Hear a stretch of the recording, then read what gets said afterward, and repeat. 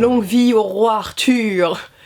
Bon, c'est pas parce que c'est la période des galettes des rois, en fait, si un peu, j'avais déjà l'idée avant, mais je me suis dit, galette, couronne, légende arthurienne. Bref, aujourd'hui je vous parle avec cette magnifique couronne qui a un peu trop subi les batailles pour qui devenir le roi la reine. Bref, je vais vous parler de la légende arthurienne aujourd'hui avec quelques livres que j'ai lus. Ça va se découper de façon très claire, très propre. Première partie de cette vidéo, ça va être un peu les classiques, mais vraiment les auteurs classiques de la légende arthurienne. Et la deuxième partie, c'est plutôt les livres que j'ai lus qui sont inspirés de ces histoires ou qui sont liés au roi Arthur. Le roi Arthur, la légende arthurienne, c'est donc l'histoire de Arthur, fils de Uther Pendragon, élevé par Merlin l'Enchanteur. On connaît tous cette chanson imprononçable du dessin animé, mais bref, donc il est élevé par Merlin, il lui enseigne beaucoup de choses, les sciences, la bataille et tout, jusqu'au jour où il est roi de Camelot, donc il faut qu'il retourne dans son terre-terre. Il constitue donc là-bas les chevaliers de la table ronde, bref, Lancelot, Galahad, toute la compagnie, Perceval, bref, voilà. Une série que je vous recommande, Camelot, mais bon, c'est la série française qui a le plus cartonné ces dernières années. Mais bref, c'est du côté humoristique, mais c'est un peu ça l'histoire. Et donc Arthur, pour résumer, tombe amoureuse d'une femme qui s'appelle Guenièvre. Ils veulent l'épouser, c'est une fille qui est assez princesse, ou du genre, elle pèse un peu. Mais il y a une histoire de chevaux dans l'histoire, mais elle pèse un peu. Il est, selon les légendes, le demi-frère de Morgane.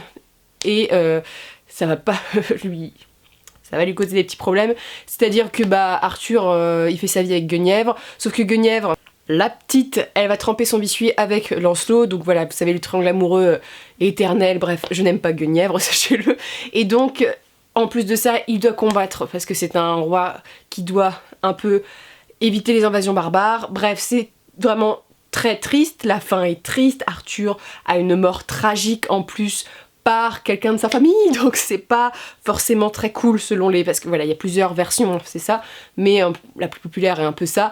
Bref, la légende arthurienne, c'est plein de rebondissements, c'est plein d'histoires d'amour compliquées, c'est plein de romans de chevalerie, de jeunes hommes qui se questionnent sur la vertu et qui vont... des quêtes. Et donc on va s'arrêter tout de suite et je vais vous présenter un peu le père fondateur de la légende arthurienne. S'il y a un bonhomme qui a donc écrit sur la légende arthurienne, parce qu'il faut savoir que c'était des récits qui étaient annoncés à l'oral, à l'époque c'était quelque chose de très commun, on n'avait pas de substance écrite et c'est pour ça qu'il y a énormément de versions. Je parle donc du petit Chrétien de Troyes. Alors Chrétien de Troyes, il a écrit donc Roman de la table ronde. Il est considéré, voilà, je préfère bien lire la postface, comme un premier romancier et premier poète national. Ici c'est plein de petits livres sur des personnages des chevaliers de la table ronde, avec Perceval, toute sa quête, voilà, avec Yvain, Lancelot, bref c'est plein de petits bouts d'histoire qui font la grande histoire. Et il y a le très connu aussi Perceval ou le Comte du Graal. Alors voilà, le Graal c'est aussi lié à la légende arthurienne, c'est donc la coupe qui aurait accueilli le sang du Christ, et donc c'est un peu la quête ultime, et donc voilà, on a Perceval et cette quête là. Bref, Chrétien de Troyes, c'est le mec qui a écrit énormément là-dessus, que je vous conseille parce qu'il faut quand même lire un peu l'œuvre originale et voir un peu de quoi on est parti selon les légendes avant de lire les réécritures, je trouve ça quand même intéressant. Mais je vous les conseille, moi je trouve que ça se lit plutôt habilement. Après, je suis une amatrice de littérature médiévale de base, c'est pas la littérature la plus simple que vous pouvez trouver parce que bah c'est un ancien vocabulaire, il y a de l'ancien français, bref, mais ces collections-là, normalement elles sont faites, elles ont été remises aux Français du jour, hein, parce que ça c'est une collection plutôt destinée... aux lycéens, parce que j'avais dû avoir ça à cette époque-là, et mais c'est des collections complètes, et ici je ne sais pas si... Non, c'est du français normal, donc on n'a pas... Vous allez sûrement avoir des éditions, parce qu'il y a des éditions classiques spécialisées en l'ancien français, où vous aurez un ancien français, mais véritablement si vous ne parlez pas l'ancien français, prenez ces traductions-là. Bref, c'est vraiment très très bien, et j'en ai un autre classique à vous présenter. Si vous avez déjà lu ces classiques-là et que vous êtes intéressé un peu par la littérature médiévale pour commencer un petit peu, voilà, c'est juste un hors-série que je fais, mais il y a la chanson de Roland qui est très sympa, donc voilà, qui suit les aventures de Roland sous le règne de Charlemagne. C'est un tout petit livre, mais comme ça vous permet de suivre un peu cette histoire, qui est pas une histoire arthurienne, mais qui se situe aussi dans la médiévalité, et je trouve ça sympa de vous présenter aussi des récits un peu médiévaux. Bon après c'est mon petit truc que j'aime trop quoi, je devais être la seule à kiffer les récits médiévaux. Avant de passer au roman, je vais vous présenter des livres en rapport avec la légende arthurienne. C'est des livres c'est pas de la fiction, voilà. Donc il s'agit par exemple de Mythes et réalité, Histoire du roi Arthur, donc chez les éditions Ouest France. Alors c'est des éditions que vous pouvez trouver un peu partout. Si vous êtes comme moi fan de châteaux, vous allez trouver forcément Ouest France. C'est vraiment une édition spécialisée, ils ont toute une distribution qui est organisée dans tous les châteaux de France. Et bon, moi je suis une passionnée de châteaux, hein, je passerai ma vie dans les châteaux, et ma vie dans les églises, dans les cimetières, bref. J'aime tout ce qui est un peu historique et qui a de l'âge. Et donc là, on est sur une édition qui est illustrée, voilà. Et donc c'est des scientifiques médiévistes qui écrivent, donc c'est pas n'importe qui, hein, vous allez avoir des véritables choses, avec des études de documents, ça raconte l'histoire. Moi j'avais été très contente de cette édition, faut savoir qu'avec Ouest France, vous êtes sûr d'avoir quelque chose de qualité, on n'est pas sur un mec qui sort n'importe où, c'est vraiment des experts. Ils ont toute une collection que je vous recommande qui est beaucoup basée sur le Moyen-Âge. Par exemple, moi j'en ai 5 ou 6 parce que c'était un moment, dès que j'allais dans un château, j'achetais ce livre-là, mais bon, à 17-20 euros, quand tu aimes beaucoup les châteaux, ça monte vite. Il y a les plantes médicinales, il y a l'amour au Moyen-Âge, voilà, il y a plein de choses et que je vous conseille énormément. Et celui-ci était très complet sur le récit de la mythologie arthurienne. Au moins là-dessus, vous serez au clair avec tout. Ensuite, je vous présente 3 petits livres de la même collection. Donc il s'agit de La Maison au bord des continents, maison d'édition que j'adore. Donc là on a Merveilles et légendes des dames de Brocéliande, Merveilles et légendes des forêts enchantées et Merveilles et légendes de Brocéliande. Bref, c'est surtout ces deux-là qui parlent énormément de la légende arthurienne. Alors c'est des récits qui ont une couverture un peu molletonnée, très sympa à lire et en plus c'est illustré. Voilà. Donc c'est des contes. Donc là, Merveille de Brocéliande, je vais vous en citer quelques-uns. Mais c'est des contes, en plus c'est des contes un peu retravaillés. Vous savez, ça change un peu de ce qu'on voit d'habitude. Par exemple, il y a le miroir aux fées, la fontaine de Barenton. Celui-ci, il est très porté sur Brocéliande la forêt. Et il faut savoir que Brocéliande la forêt, c'est la forêt de Merlin l'Enchanteur. Donc c'est une visite que je vous conseille à faire. Vous savez pas quoi faire de vos vacances, allez en Bretagne voir Brocéliande. C'est une des meilleures choses que j'ai vues de ma vie. Et donc, bon, après, quand t'es passionné de contes et de légendes, c'est sûr que là, t'es en mode « Oh, c'est magique !» Mais voilà, la fontaine de Barenton, on a l'amour entre Viviane et Merlin, t'as donc le lac de la Dame du Lac que tu peux visiter, là où elle serait placée. Il y a plein d'endroits et donc ici ça parle un peu de tous les endroits un peu importants en Brocéliande. C'est vraiment une histoire que j'adore et donc on retrouve la légende du roi Arthur. Et pour un peu de meuf power, il y a donc les Merveilles et légendes de Dame de Brocéliande. Et celui-ci je l'ai lu il y a pas si longtemps que ça. Et ce que j'avais beaucoup apprécié c'est qu'il n'y a pas forcément que les femmes qu'on trouve tout le temps dans la légende, c'est-à-dire qu'on va pas te parler de Guenièvre et de Morgane, tu vois. Si je me trompe pas, celui-ci est illustré par Sandrine Gestin, qui est une illustratrice que j'adore. Son travail en fantaisie est merveilleux. Elle est vraiment dans la féerie, j'aime trop ça. Ce qui était intéressant avec ce livre, c'est que on partait d'un petit postulat, tu sais, c'était pas forcément une fiche, un personnage, il y a quand même une petite histoire derrière, et donc on a Iseux, Tristan et Iseux, qui est un conte médiéval magnifique, on a la légende de Dahu, qui est pas très connue, mais qui est liée à Mélusine, donc il n'y a pas que des femmes strictement dans la légende arthurienne mais qui font partie du bestiaire médiéval. Donc on a Arthur, on a Guenièvre, la dame d'Avalon, les dames d'Avalon plutôt, celles qui gardent donc la tombe d'Arthur, entre autres on va dire. Merlin, heureusement qu'il est là, Viviane, Dame à la licorne, bref, toute la petite troupe de femmes et c'est vraiment sympa parce que voilà, on les découvre sous un nouveau jour, donc je vous conseille aussi ça. Et c'est des livres illustrés qui sont sympas aussi si vous avez des enfants. Moi je sais que on m'a lu des histoires sur la légende arthurienne petite et c'est vrai que ça m'a vraiment bercé, je trouve ça formidable. Et là avec l'illustration c'est magique. Là on passe au roman parce que là j'étais 10 minutes à parler un peu de la base. Là ça va être plutôt des petites critiques de romans. La vidéo va être un petit peu longue parce que j'en ai lu plusieurs quoi. Donc autant vous faire une vidéo qui regroupe tout et vous piochez là-dedans. Alors... le premier, c'est Jean-Louis Fedjen, Brocéliande, donc il y a les pas de Merlin et ensuite Brocéliande, je sais plus si c'est cet ordre là mais c'est une duologie. Non, Jean-Louis Fedjen, c'est un auteur que je surkiffe. En fait, c'est un mec qui a même lancé sa maison d'édition, donc je surkiffe encore plus, mais il est connu pour son cycle des elfes, qui est un des meilleurs cycles sur les elfes que j'ai lu de ma vie. J'ai lu ça ado, j'ai été transportée vraiment...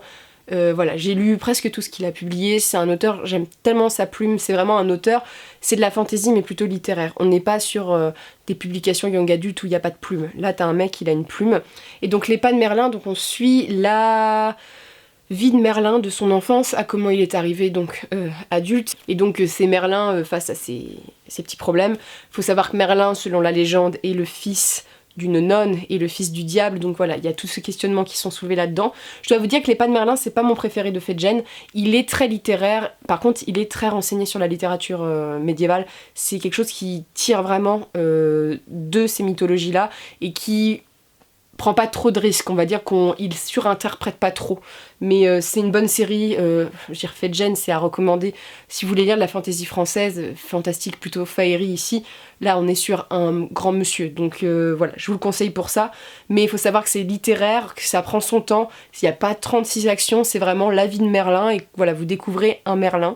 Merlin Enchanteur, c'est un de mes personnages que je préfère, donc voilà, moi je suis à fond là-dedans, mais bon, faut aimer un peu la magie, la faillerie. Je vais continuer avec Merlin. Alors celui-ci, il est clairement orienté jeunesse. De toute façon, la collection c'est Nathan, Nathan publie que de la jeunesse. J'ai lu que les 3 premiers tomes, il s'agit de Merlin, les années oubliées. Les 2 premiers tomes, j'ai bien aimé, et en fait, j'ai mis un peu de temps à lire les autres. Donc j'étais en fin d'adolescence, je devais avoir 17-20 ans quand je les ai lus les premiers.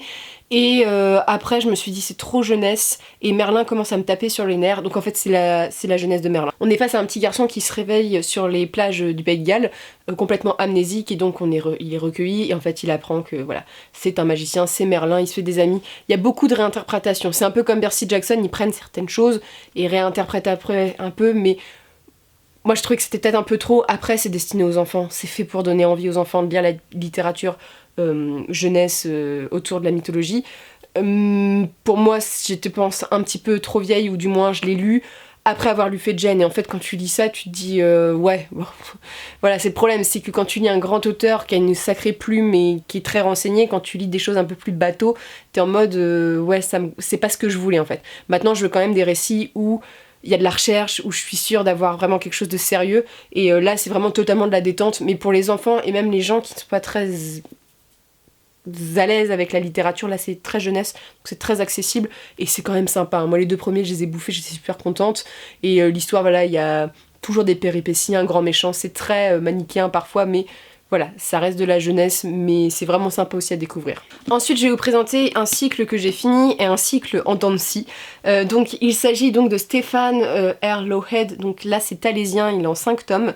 Donc c'est un grand auteur autour de la mythologie, cette série est extrêmement connue, extrêmement estimée. Pour moi, c'est une très bonne série, les 3 premiers tomes. Donc, si je me souviens bien, voilà, c'est marqué derrière. C'est donc Talésien qui est le père de Merlin, Merlin et Arthur. Et encore Arthur commençait à me gonfler. Et ensuite, donc, on a Pendragon et le Graal. C'est une histoire qui est super bien construite, qui est fidèle, t'as envie de suivre les personnages. Talésien, moi je le connaissais pas du tout en fait comme personnage, j'étais très contente en fait d'en apprendre plus sur Merlin, ou du moins sur l'origine que donne le livre.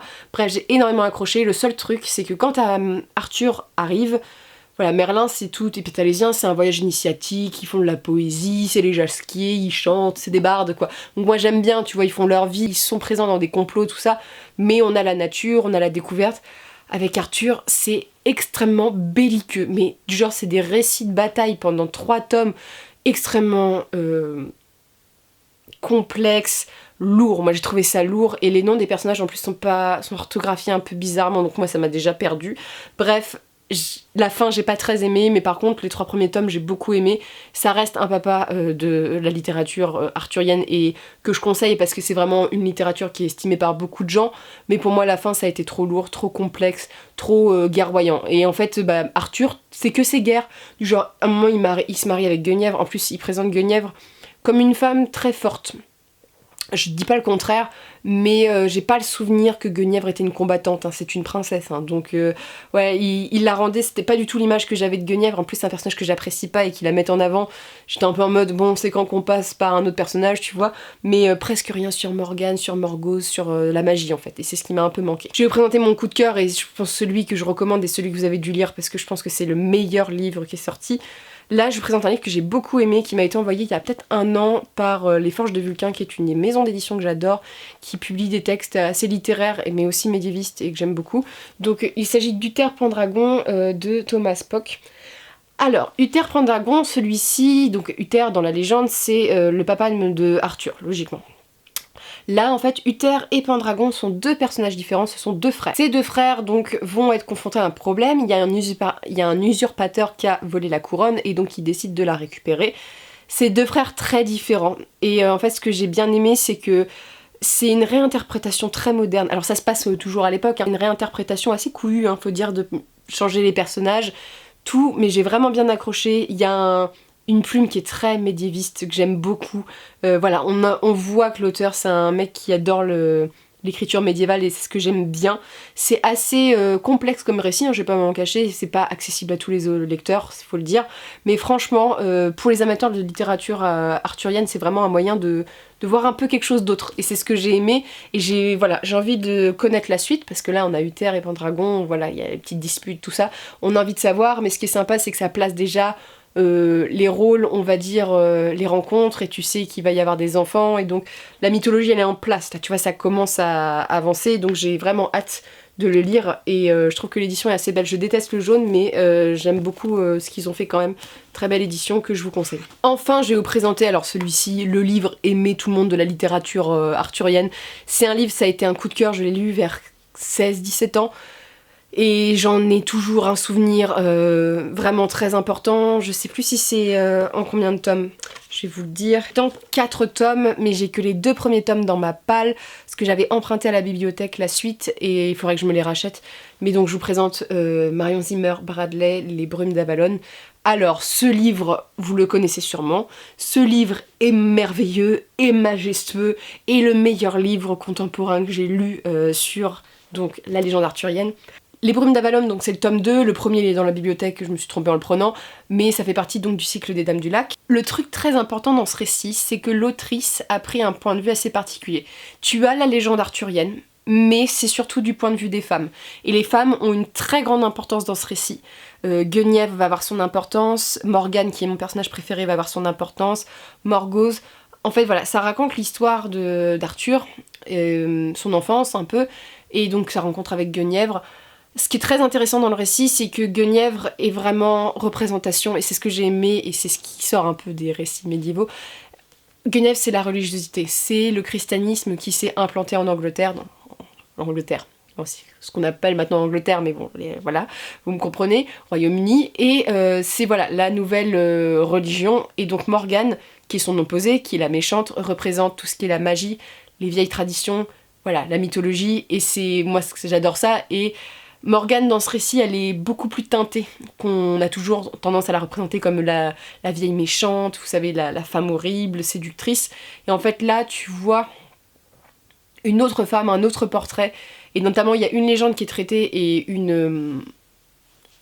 c'est souvent traité, une des choses qui est...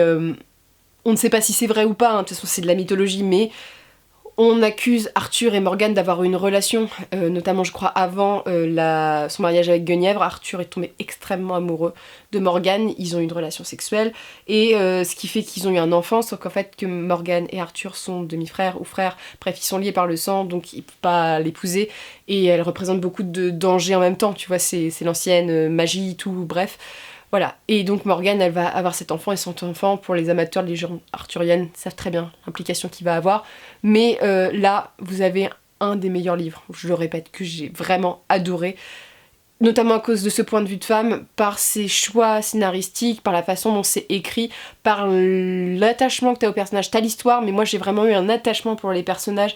Moi Morgane, elle m'a transportée, elle m'a fait pleurer pendant le récit, j'ai vraiment été attachée par ça, et vraiment l'opposition religion et magie est très bien faite, et je trouve que ça représente un peu aussi ce qui s'est passé à l'époque, et je trouve ça vraiment formidable de la part de l'auteur de souligner ça. Vraiment un très beau récit qui va savoir vous émouvoir, que je vous recommande, et en plus je vous recommande vraiment sans a priori cette fois-ci, ou sans me dire ils vont peut-être pas aimer, parce que c'est vraiment un récit qui plaît à énormément de gens. Chaque fois qu'on parle de Marion Zimmer Bradley, les gens, souvent quand je les vous ai en commentaire ou en message, tout le monde me dit tu l'as lu, tout, il est génial, c'est quelque chose de vraiment bien. Alors ne vous mettez pas trop d'attentes, jamais se mettre trop d'attentes pour un livre, mais vous allez sûrement l'apprécier. Et je vous le conseille parce que franchement, j'en ai jamais lu un qui m'a autant saisi et qui m'a autant conquis au niveau de la mythologie des personnages. Bref, je vais en parler encore 20 ans, je vais arrêter tout de suite. Petit chevalier de la table ronde, n'hésitez pas à me dire ce que vous avez lu à propos de la mythologie arthurienne. Voilà, moi j'en ai d'autres hein, avec des trucs pour enfants, tout, mais bon, j'allais pas vous présenter mes carnets de bébés, des livres à énigmes, vous savez, où il y avait Arthur. Voilà, je vous en ai présenté quelques-uns et j'espère que ça vous a plu. Voilà, on partage là-dessus, je vous attends en commentaire, j'essaye de vous répondre. Alors juste avant de vous quitter, pour les plus sages d'entre vous, juste pour vous dire qu'en commentaire je tenais à m'excuser parce que j'ai du mal à répondre à tout le monde. Voilà, c'est pour les gens qui me suivent depuis longtemps, ma chaîne a quadruplé, quintuplé en très peu de temps et j'ai énormément de commentaires. C'est très très bien, moi j'adore, voilà, il y a même des gens qui échangent entre eux, c'est le kiff. Le problème c'est que je travaille et que voilà, je dois lire à côté, j'ai quand même un peu de relations sociales à entretenir, ce qui fait que les commentaires, quand t'as 150 commentaires parfois par jour, moi j'arrive pas à tenir le rythme. Alors je vous mets des petits cœurs, je les lis tous, mais je sais qu'il y a certaines personnes qui se sentent frustrées de pas avoir de réponse et je m'excuse d'auparavant, surtout pour les gens qui me suivent depuis longtemps, auxquels j'ai toujours répondu, et là je suis un peu... voilà, faut que je montre que je les ai lus. Donc voilà, c'était pour vous signaler ça aussi. Donc je vous souhaite sur ce de très bonnes journées, et surtout de très bonnes lectures, et de très bons voyages en Brocéliande et à Kaamelott.